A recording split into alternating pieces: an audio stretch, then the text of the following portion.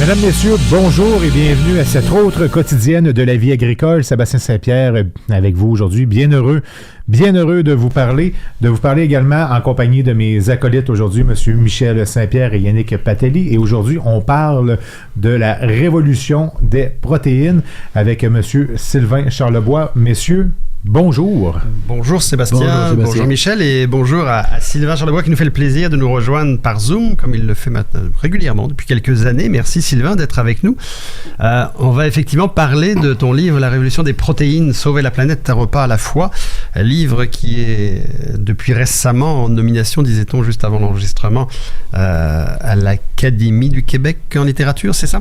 Ouais, c'est ça. Mais avant de rentrer dans l'histoire de ton livre que j'ai lu, on sait que tu étais la semaine dernière à Bœuf Québec, à Drummondville, en tant que conférencier. Alors, avant de nous parler de la fin des cheptels et de la fin des protéines, ils se disaient quoi à Bœuf Québec? C'est quoi l'avenir de Bœuf Québec? Comment tu as perçu ça, ton mercredi? Ben, j'étais un fan de Bœuf Québec parce que ce qu'ils font, c'est extraordinaire. Hein? C'est en fait, quand on regarde ce qu'ils ont accompli depuis 5 ans, là, avec le leadership de Jean-Sébastien Gascon, qui a été à votre programme, je pense, au moins une fois. Plusieurs fois, oui. Ouais, c'est ça. C'est vraiment là, incroyable. C'est un gars d'asphalte, mais qui a gagné l'amour des producteurs et puis des abattoirs. Il y a 5 ans, quand j'ai été conférencier à Bœuf Québec, je parlais de déficience au niveau de la transformation. Je parlais aussi de déficience au niveau du marketing et de l'image de marque.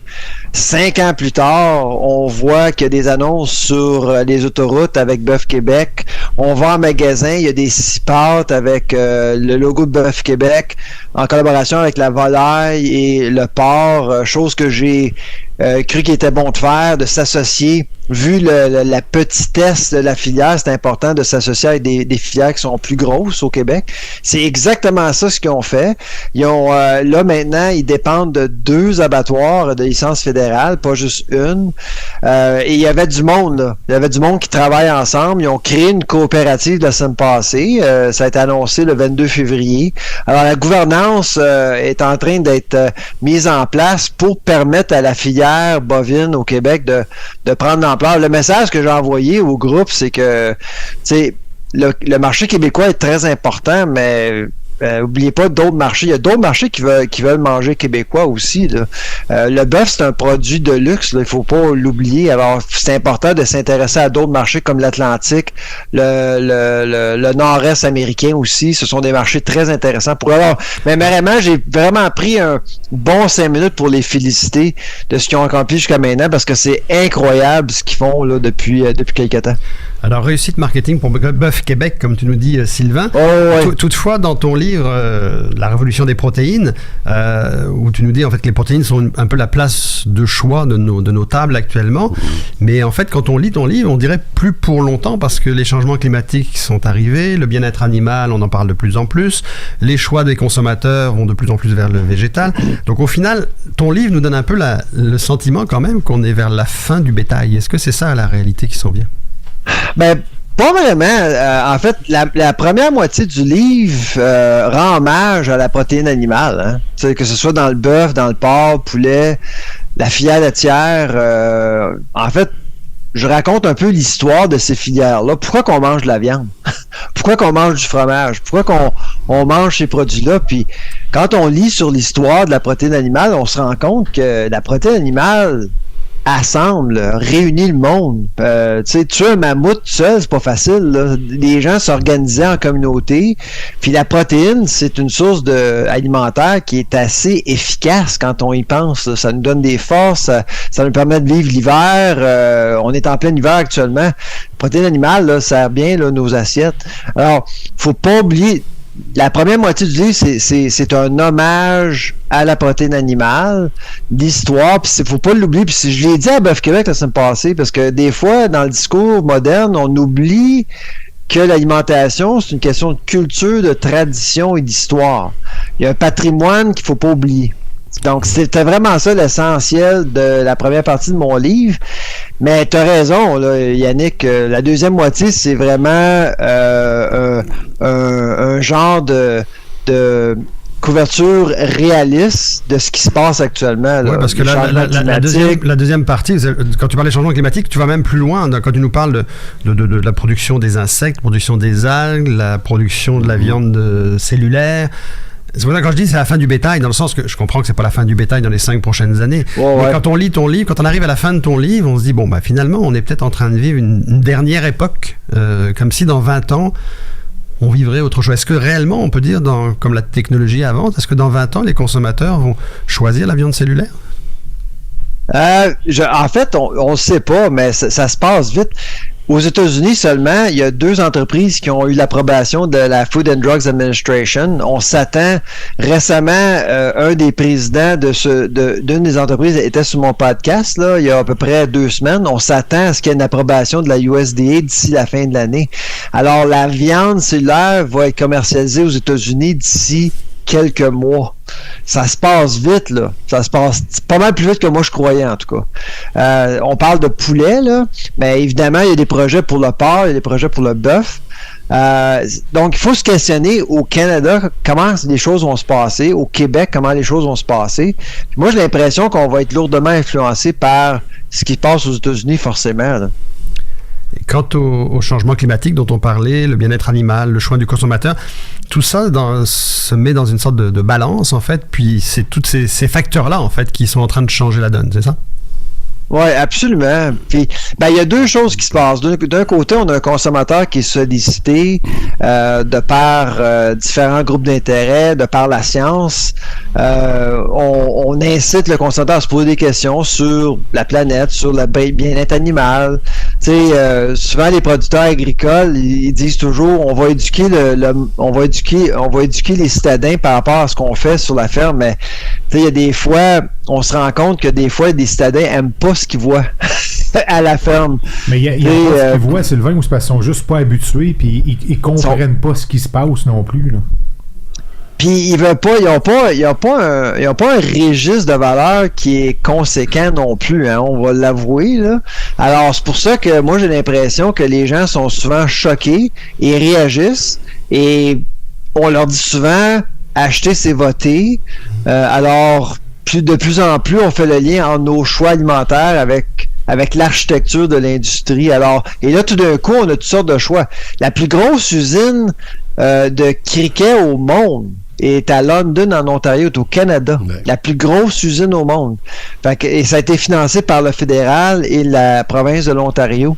Alors, on voit vraiment qu'il y a une mobilisation vers une démocratisation de la protéine. Je l'appelle comme ça, là, c'est une démocratisation. Mais est-ce qu'on va délaisser la tiercé des viandes, là, le porc, le poulet, le bœuf? Moi, je pense pas. Je pense qu'il va toujours y avoir une place pour ces viandes-là. Par contre, il va y avoir de la compétition.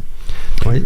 Michel, sur les changements climatiques, je vais revenir peut-être tout à l'heure sur les consommateurs urbains qui ne comprennent pas forcément ce qui se passe à la campagne, parce que j'ai une petite anecdote à vous dire. Mais Michel, sur les changements climatiques, le bien-être animal, ce que ça amène en fait dans le changement de l'agriculture d'aujourd'hui? Ce sont des facteurs là, absolument qui jouent, parce que le consommateur se pose beaucoup de questions. Il y a beaucoup de signaux qui arrivent, là. Les changements climatiques, c'en est un. Bien-être animal. Alors, ça nous amène aussi à une autre grande question qui est celle planétaire. Lorsqu'on regarde la croissance de la population de la planète, on se dit, si tout le monde mangeait du bœuf comme on en a mangé il y a une génération, Sylvain, je pense qu'on peut dire qu'on était... D'abord, le bœuf était la viande numéro 1 à cette époque-là. Ouais. Là, aujourd'hui, a été déclassé. C'est devenu, comme tu mentionnais, c'est devenu une viande de luxe. Mais à l'époque, c'était la viande de tous les jours. Et puis, des fois, même le poulet était considéré comme étant de luxe. C'est un peu une sorte d'anachronisme, parce que, dans le fond, en termes de coût, dans le fond, de transformation de protéines végétales en protéines animales, c'est là que tout le jeu se fait, là. Si on consomme, comme c'est le cas pour le bœuf, 7 fois à peu près son poids en protéines végétales pour produire une viande de bœuf, là, c'est là que la question se pose. Ces protéines-là pourraient être utilisées différemment. Est-ce qu'on pourrait pas produire des protéines qui seraient moins transformées en mode animal? Alors, je pense que la réponse va s'appeler modération, à mon avis, dans un sens. On ne rejettera pas constamment, c'est la lecture que je fais, puis je pense que je rejoins Sylvain, on ne rejettera pas tout ça, mais on va devoir quand même, puis c'est déjà amorcé, réduire certaines formes de consommation de protéines qui sont transformées, mais transformées par l'animal, entendons-nous, pas souvent quand on dit transformé et surtransformé, on se dit, ça commence à être mauvais, le mot surtransformé a une très mauvaise connotation, mais dans le cas de transformation animale, c'est autre chose, mais malgré tout, c'est un choix de société puis un choix un peu planétaire qu'on a à faire. Donc, il y aura certainement une sorte... Puis il y a déjà un rééquilibrage qui se fait actuellement. Là, on a été gâtés pas mal. On est gâtés pas mal au Canada. On a quand même beaucoup de choix. On a de la bonne nourriture, de bonne qualité, salubre. On l'a oublié, on a beaucoup de choix. Là. Fait que c'est sûr que les gens qui pensent au changement climatique, tout ça, on va prendre toutes sortes de décisions, tandis qu'il y a dans d'autres pays, là, il y en a pas de choix. Il y en a pas de choix. On mange ce qu'on peut. Et c'est tout. Il faut pas oublier cet aspect-là non plus. Là. Il y a une richesse au Canada qui a fait en sorte qu'on est un peu, disons, complaisant. Alors, il y a toutes sortes de causes qui arrivent qu'on présente aux gens pour dire, pensez un peu à vos choix alimentaires. Peut-être qu'il est temps de changer certaines choses. Puis les gens changent, là. As-tu l'impression, Sylvain, que notre consommateur est plus sensible à des considérations comme le bien-être animal que celui de nourrir la planète? On pense à la COVID. Au Canada, OK, il y a au-delà de... On estime qu'environ 3 millions de Canadiens ont adopté un animal de compagnie pour la première fois, depuis 3 ans. 3 millions. Okay? Ça a un impact sur notre perception de bien-être animal parce que tout d'un coup, il y a 3 millions de personnes qui traitent un animal de toutes sortes de façons, là, évidemment, parce qu'on veut bien les traiter, on veut s'en occuper, tout ça. Et tout d'un coup, on prétend que les producteurs agricoles doivent s'occuper de leurs animaux de la même façon que les gens s'occupent de leur animal de compagnie. Fait qu'il y a cette transposition-là de valeur qui fait en sorte que les producteurs sont un peu mal compris, parce qu'on peut pas s'occuper de vaches laitières comme on s'occupe d'un chien à la maison. Mais justement, ça me ramène sur l'anecdote que je voulais justement vous parler tout à l'heure, parce que quand Sébastien nous a dit, je pense que les citadins comprennent pas nécessairement la réalité du monde agricole, nous on a vécu quelque chose quand on a accompagné la pièce Rondelet dans sa création jusqu'à un certain point, puisqu'on les a accompagnés aux premières en fait du Grand Théâtre à Québec. Et on va continuer de la suivre. Mais quand on nous a demandé au Grand Théâtre pour la première d'amener du contenu agricole, donc il y avait la vache qui est maintenant devant la Maison Blanche, etc. Mais il y avait aussi des vidéos qui avaient été tournées dans des fermes, qui avaient été tournées par nous. En fait, on les a envoyées. Et quand on arrivait le soir de l'avant-première, on regarde les vidéos, puis tout avait été coupé. Tout ce qui concerne, en fait, on voyait la ferme, on voyait le producteur, mais tout ce qui concernait les étables, ça avait été enlevé. Donc là, on leur a dit, mais pourquoi vous enlevez les images des étables? Vous faites une pièce sur les vaches. Il serait bien qu'on voit quand même les étables. Et la première réponse qu'on nous a fait, mais les vaches sont attachées. Donc là, on leur a dit, est-ce que c'est une réalité du Québec, les vaches attachées? Oui, 50% des... Et il y a un débat d'ailleurs à savoir, est-ce que c'est mieux attaché, pas attaché? Certains vont te dire, ils sont en liberté. Si vous voulez voir des vaches attachées, allez au Québec. C'est au Québec. C'est pas compliqué. Mais c'est modèle québécois. Mais c'est pour donner la perception qui était donc de dire, puisqu'elles sont attachées, elles sont maltraitées. C'était à peu près ça le résumé que je... Et en fait, quand j'ai travaillé sur des fermes laitières, quand j'étais jeune, on nommait nos vaches. Les vaches avaient des noms, puis ils étaient attachés aussi. Mais on pensait pas vraiment qu'on devait les traiter comme des animaux de compagnie, mais aujourd'hui, beaucoup de gens ont des attentes, disons, un peu irréalistes, mais quand même, c'est eux qu'on nourrit. Fait qu'eux autres, ils pensent qu'avec les réseaux sociaux, ils ont un impact sur l'opinion publique, plus qu'avant, en tout cas. Mais plusieurs producteurs défendent aussi que la vache attachée est plus heureuse que la vache en liberté, en fait. En liberté dans son étable. Parce qu'après, il y a les conditions des sabots, les tapis sur lesquels elles sont pas. Encore là, on parle de sabots, puis on va arrêter dans quelques secondes, justement, pour la publicité. On revient sur le bonheur des vaches. Et voilà, on parle de sabots, mais les producteurs font faire les sabots au moins 2 fois par année à tous les vaches et tout. On arrête quelques minutes, on arrête pour une pause publicitaire et on vous revient dans quelques secondes.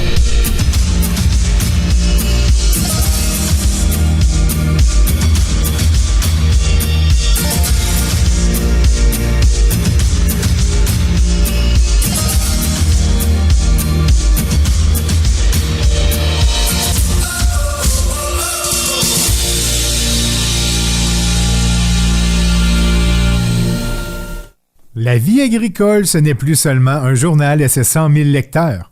Découvrez aussi nos plateformes web sur www.lvatv.ca et écoutez nos podcasts dans 13 radios FM à travers le Québec et l'Ontario francophone. Une portée de plus de 1,5 million d'auditeurs. La vie agricole, par son émission La Quotidienne, se répand partout en région pour parler des vrais enjeux du Québec. Chez Belle-Île, on met en valeur les ressources de la ferme pour soigner les animaux d'élevage. On appelle cela l'autonomie alimentaire à la ferme. Nourrir l'autosuffisance. Voilà comment nos conseillers vous aident chaque jour. Belle-Île Solutions Nutrition. On nourrit ce que vous mangez. L'encanteur René Hood peut vous aider grandement à obtenir le juste prix, que ce soit pour un troupeau de vaches laitières et ou pour la marchandise de ferme à vendre. Le travail d'une vie vaut la peine d'être confié à une équipe de professionnels. L'encanteur René Hood et son équipe de professionnels pour obtenir le bon prix dans un encan. Visitez encanhood.com.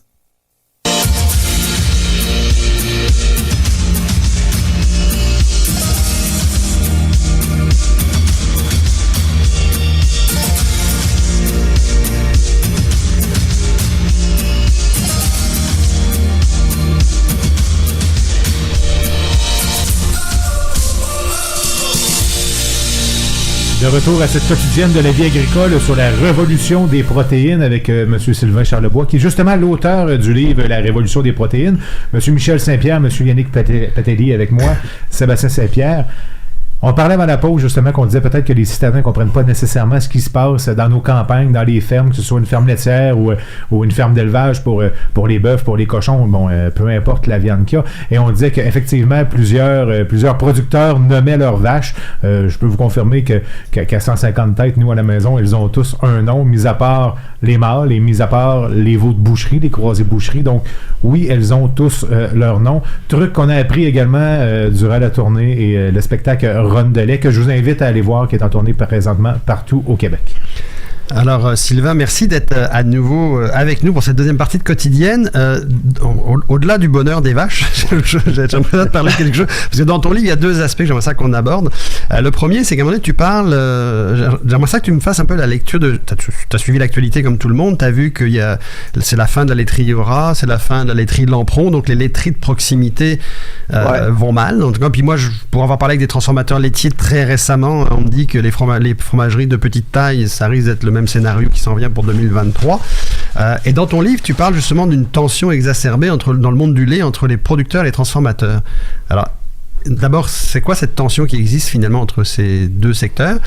Puis comment tu vois, toi, l'avenir en fait des laiteries et des fromageries de proximité si effectivement, dans le système actuel, elles ferment toutes? Ben, ce qui est désolant pour moi au sein de la filière laitière, c'est la division. Moi, ce que je vois au sein de la filière laitière, ce sont des factions qui ne se parlent pas, qui tentent même pas de se comprendre. Moi, je vais donner des conférences dans le café, dans le porc, dans le poulet, puis je trouve qu'on se parle beaucoup plus. On tente de...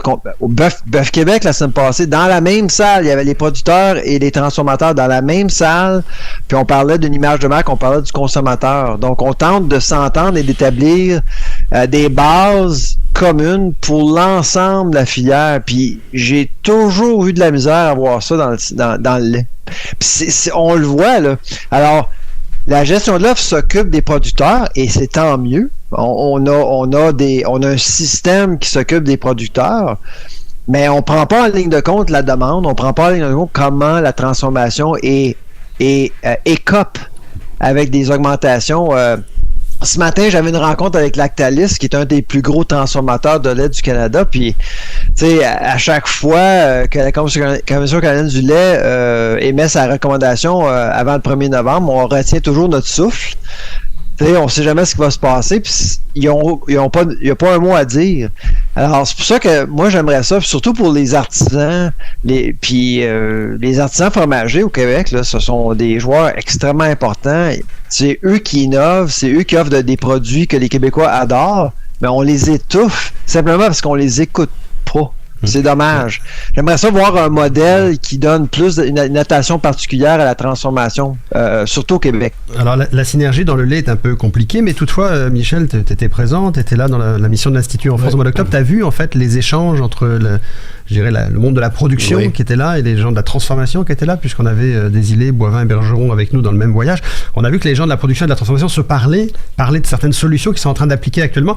Il y avait un peu d'espoir, mais effectivement, dans l'ensemble, la filière du lait, c'est pas une grande synergie reconnue depuis des années. On a organisé une mission dans laquelle cette relation-là était informelle dans un sens qu'on les emmenait pas à une réunion de négociation, on les amenait voir autre chose ensemble. Et évidemment, les discussions qu'ils ont eues entre eux ont permis de se rapprocher puis de se comprendre mieux. Mais pour moi, c'est un petit peu simpliste de dire qu'il y a deux partis qui ne se parlent pas.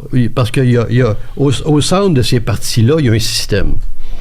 Parce que, pour moi, si on regardait un peu plus la globalité, c'est pas les producteurs contre les transformateurs, ce qui est un peu l'impression qu'on a actuellement, mais c'est beaucoup plus comment les transformateurs peuvent-ils vivre dans un système comme celui-là. Puis actuellement, là, ils ont la vie dure, tout à fait. Là. Ils sont essentiels. Ce que je comprends, c'est qu'actuellement, la place pour le producteur, elle est là, elle est reconnue, elle est bien, elle est reconnue par l'ensemble des producteurs. Ce qu'il faut trouver, c'est comment intégrer dans le même système une place pour les transformateurs. Personne ne remet en question, je pense, la question la place du producteur et la gestion de l'offre comme nécessité pour maintenir la production.